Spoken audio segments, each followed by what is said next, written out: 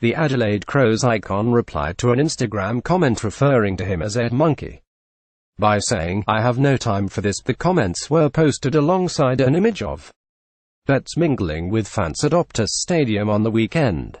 Betts copped the disgusting remark after the Crows suffered a 3-point loss to Fremantle in Perth on Sunday.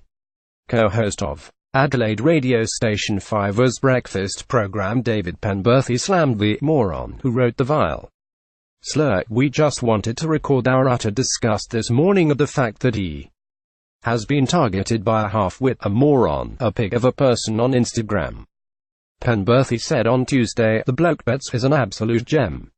He handles himself with such grace and dignity. Unfortunately, it's not the first time the goal sneak has had to endure racist abuse. Last year a woman was widely condemned for calling Betts an ape in a Facebook post, and in 2016 a spectator threw a banana at him during a showdown against local rivals Port Adelaide. The latest dark chapter in Betts' experience with racism added insult to injury after the Crows suffered the 6th loss of the year against an understrength Dockers outfit missing Nat Fyfe and Aaron Sandilands. Adelaide slumped to its 3rd straight defeat after unheralded forward Brennan Cox booted 4 goals to inspire Fremantle to victory. Adelaide unleashed a 6-0 second quarter to take a 12-point lead into half-time.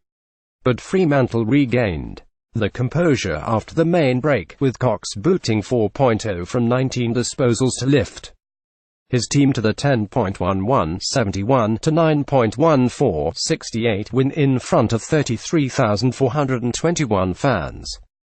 The result left Adelaide 6-6, one game adrift of 8th spot and with a horror month of action ahead. The Crows take on Hawthorn at the MCG next Saturday, then face off against Flag Fancy's West Coast home, Richmond MCG, and Geelong home after their bye. Last year's grand finalists are nursing a horror injury toll, with defender Luke Brown added to the list after he rolled his left ankle on Sunday.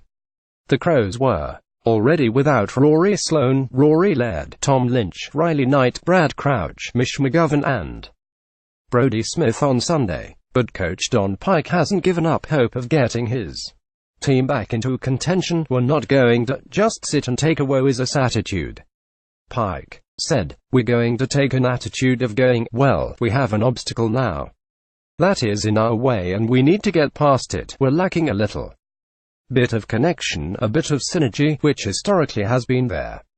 Betts' 2.6 had a rare off day in front of goal, but some of his shots were from difficult angles. Crows skipper Taylor Walker finished with 1.2 from 11 disposals in his first match back since round 8.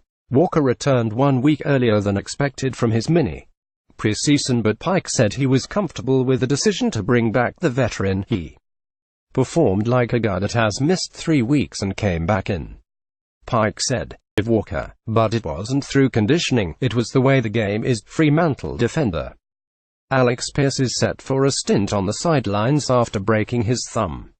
The incident happened in the 2nd quarter, but Pearce bravely played on. Fremantle veteran Michael Walters faces a nervous wait after being reported for headbutting Tom Doedee in the dying minutes. Replays showed only a slight contact and it's unlikely to attract a suspension.